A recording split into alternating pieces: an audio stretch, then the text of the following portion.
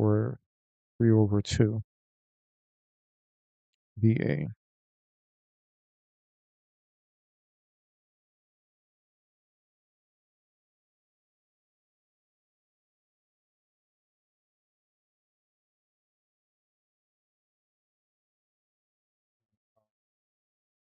So now that I have this in terms of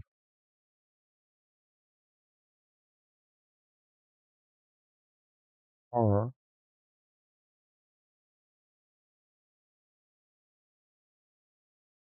each row,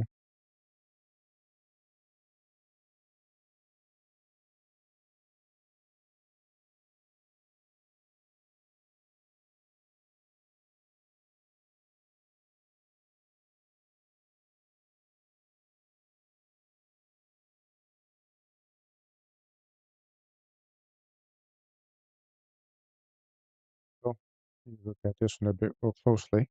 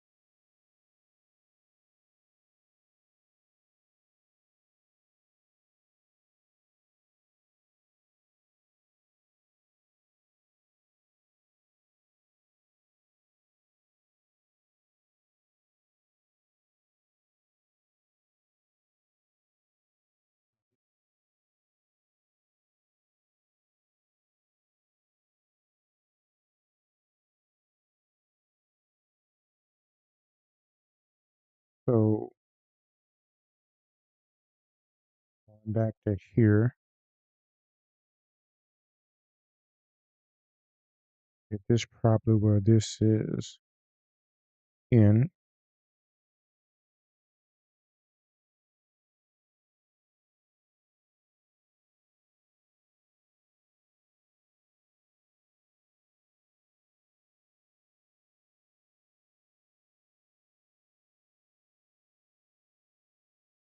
guess I'm not fully understanding the vector field.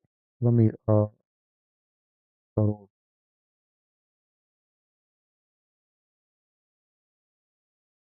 the disk,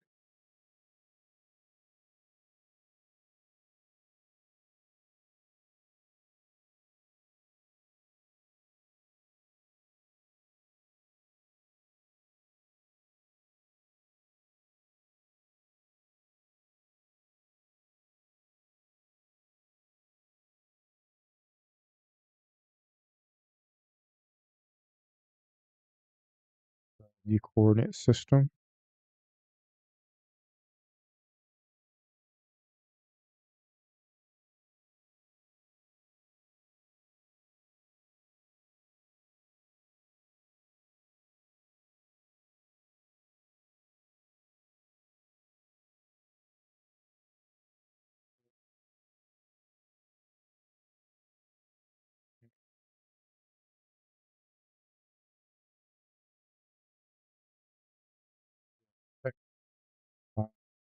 The the center point This is an H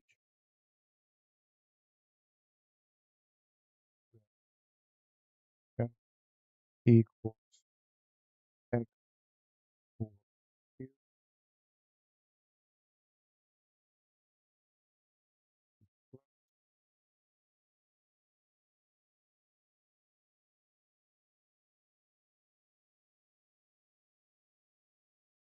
equals the magnitude of H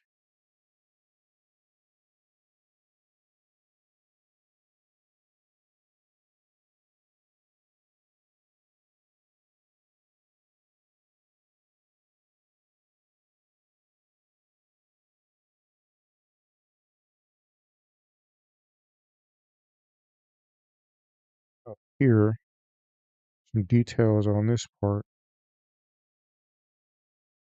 N equals X divided by the magnitude of X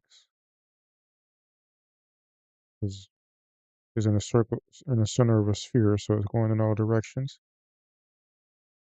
I don't know why this thing is not as consistent when making a smooth shape.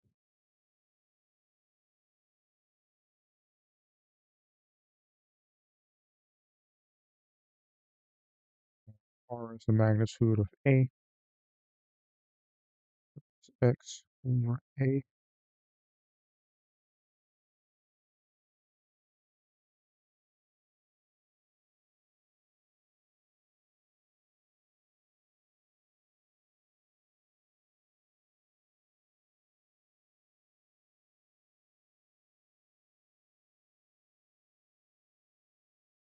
Let's just use Gauss's for this one.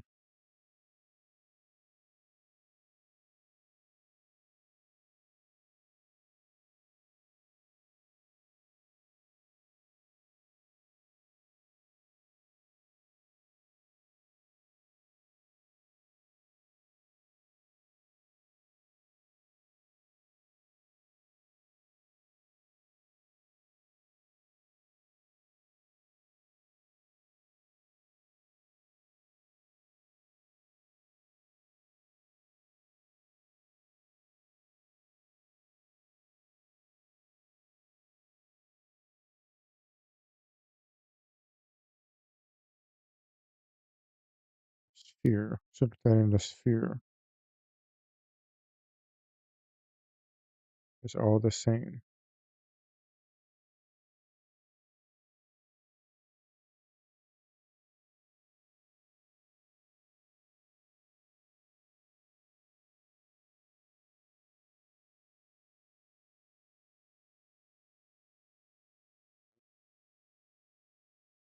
So here, F equals still X over R cubed,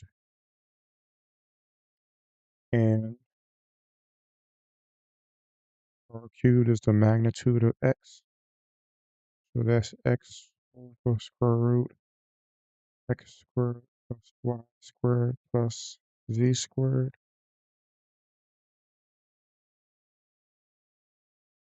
cubed. So that equals X over Y squared plus Z squared, 3 over 2. And this is putting the vector field F in terms of the X, Y, and Z coordinate. You could actually, thinking about it, in terms of X, Y, and Z, since we're dealing with an X, Y, Z coordinate.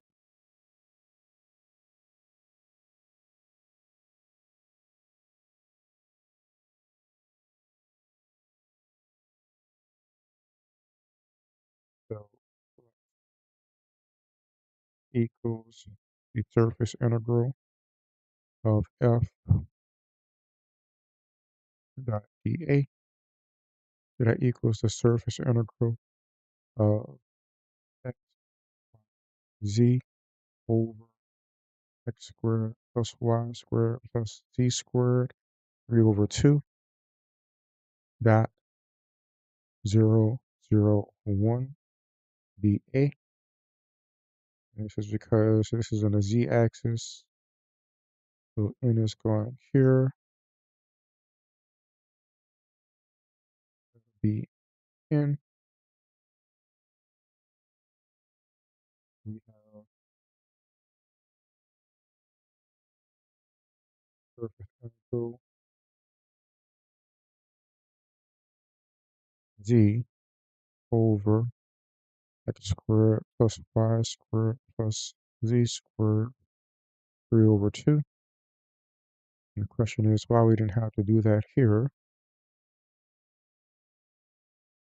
Seems like the same idea should work, but I guess this is removed from not asymmetrical. So you can't do that. This was perfect symmetry. This here is right around the origin. But this is asymmetrical because the disk is lifted from the XY plane.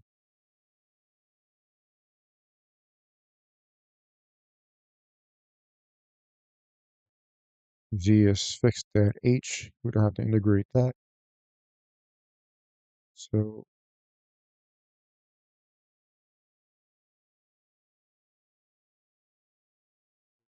y squared plus H squared over 2. So X and Y varies.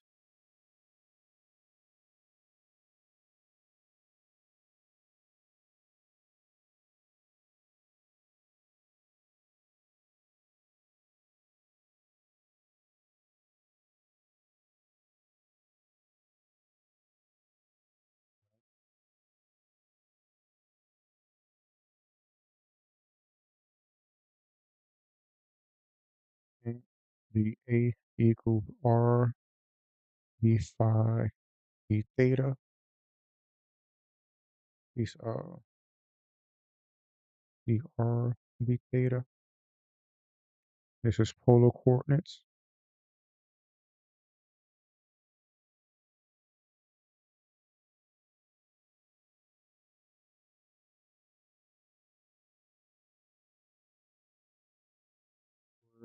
Plus y squared equals r squared. This becomes the integral h over r squared plus h squared over 2. Then we have r d theta.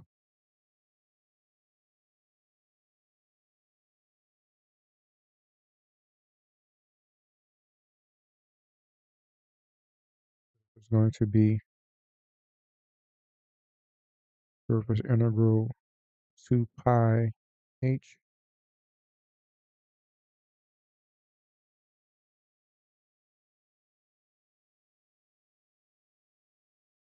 2 pi 0 to a.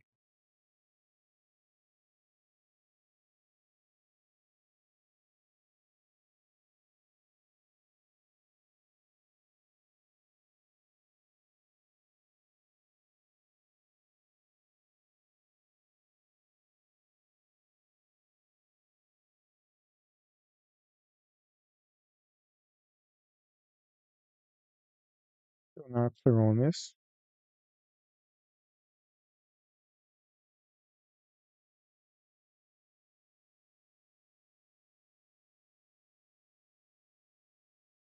This is what we're looking at.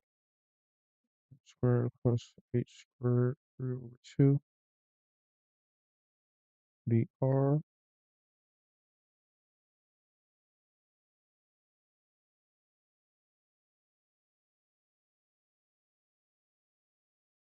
This equals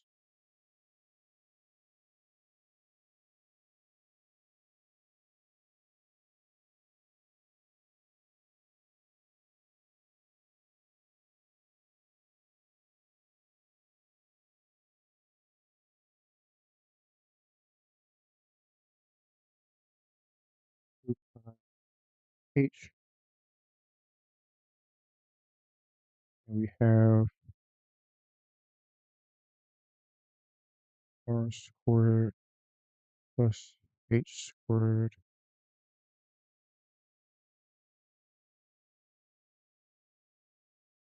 5 over 2,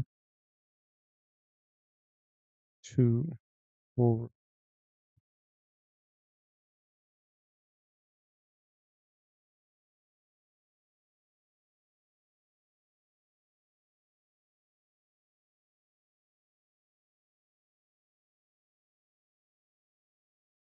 I should make it negative first.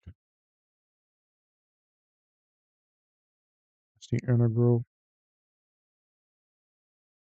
0 to a, 2 pi hr r squared plus h squared 3 over 2 dr equals 0 a 2 hr r squared plus h squared 3 over 2.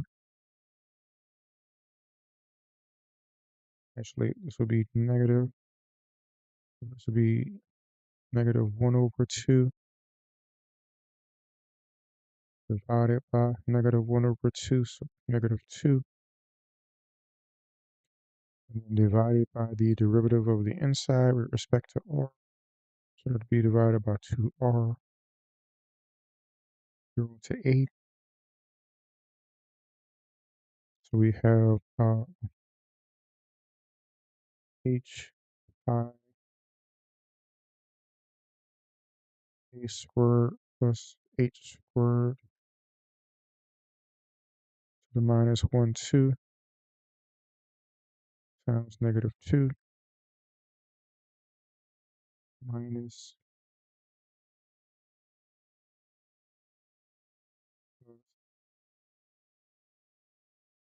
so that these canceled, 2 pi h times h squared, so that equals 2 pi h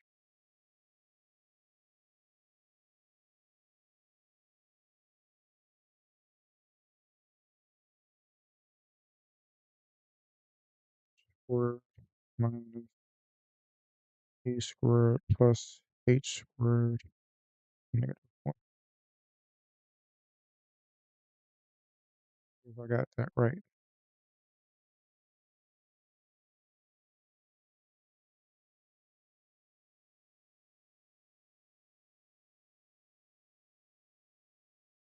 My integral is still a bit off, but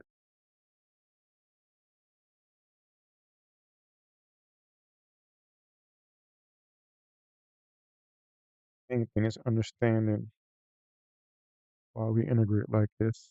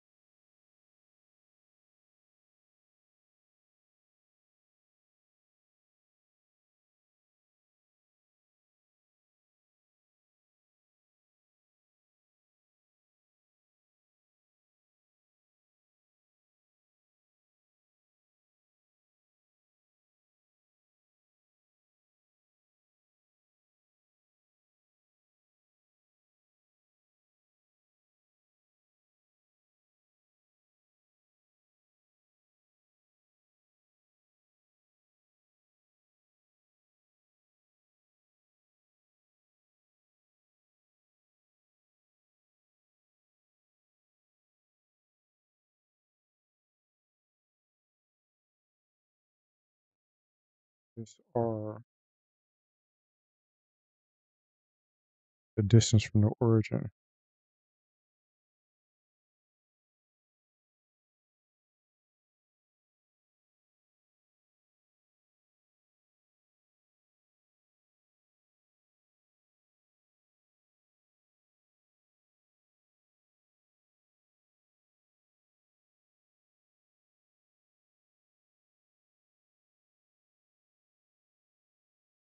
This would be f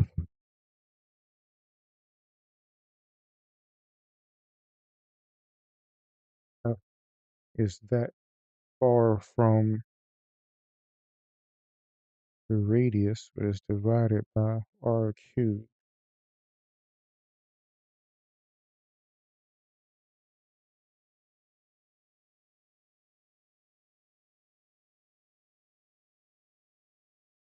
Going to affect the strength of it. It has to be a lot bigger to compensate the dividing by r cubed.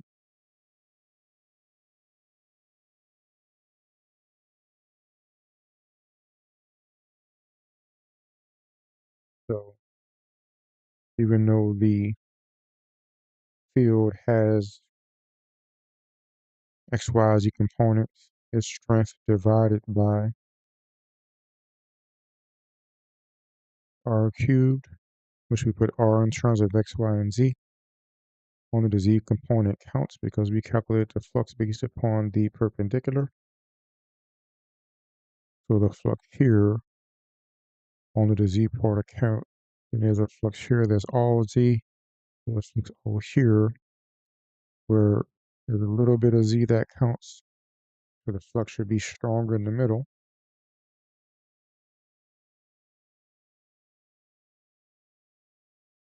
That's the amount that's actually, so it will be traveling in this direction, but the upward actual amount, like the one here, will miss, but the one here, it'll go through with the, force is a bad word, with the girth of the vertical component.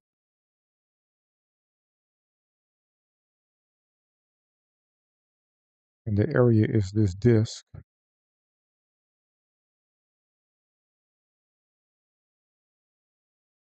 The area of a circle.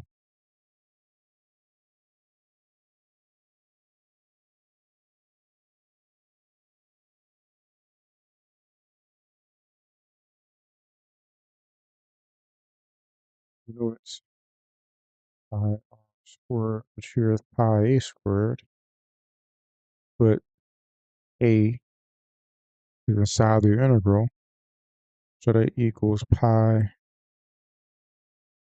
x squared plus y squared plus z squared.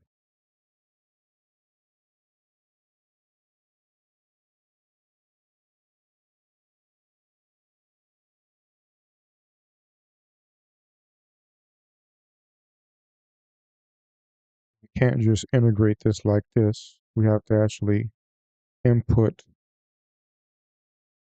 So in other words, if we had r d theta, would have 2 pi and r2 divided by 2. So that equals pi r squared. That's how we get the area. So in order to get the area of a circle, we have to integrate r d theta, and we have to actually do the integration. We're going to integrate r d theta to get the area of a circle.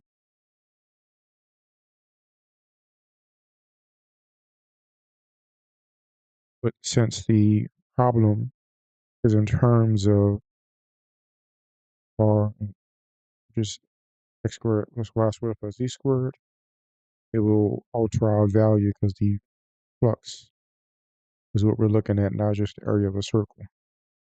Looking at the flux as it passes through this area. So how to take this integral,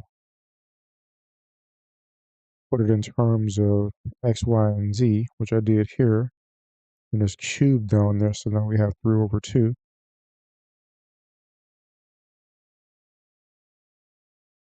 Because instead of the square root of x, y, z squared, it's square root of x, y, z cubed. At least, I'm sorry, this is the a part. But now it's being multiplied by something, so we have to put this in there, which is already going to be there to integrate the circle. But this has this there as well, so we have to take that into account and integrate them together. So we are integrating over the circle. Remember the surface integral. But we have to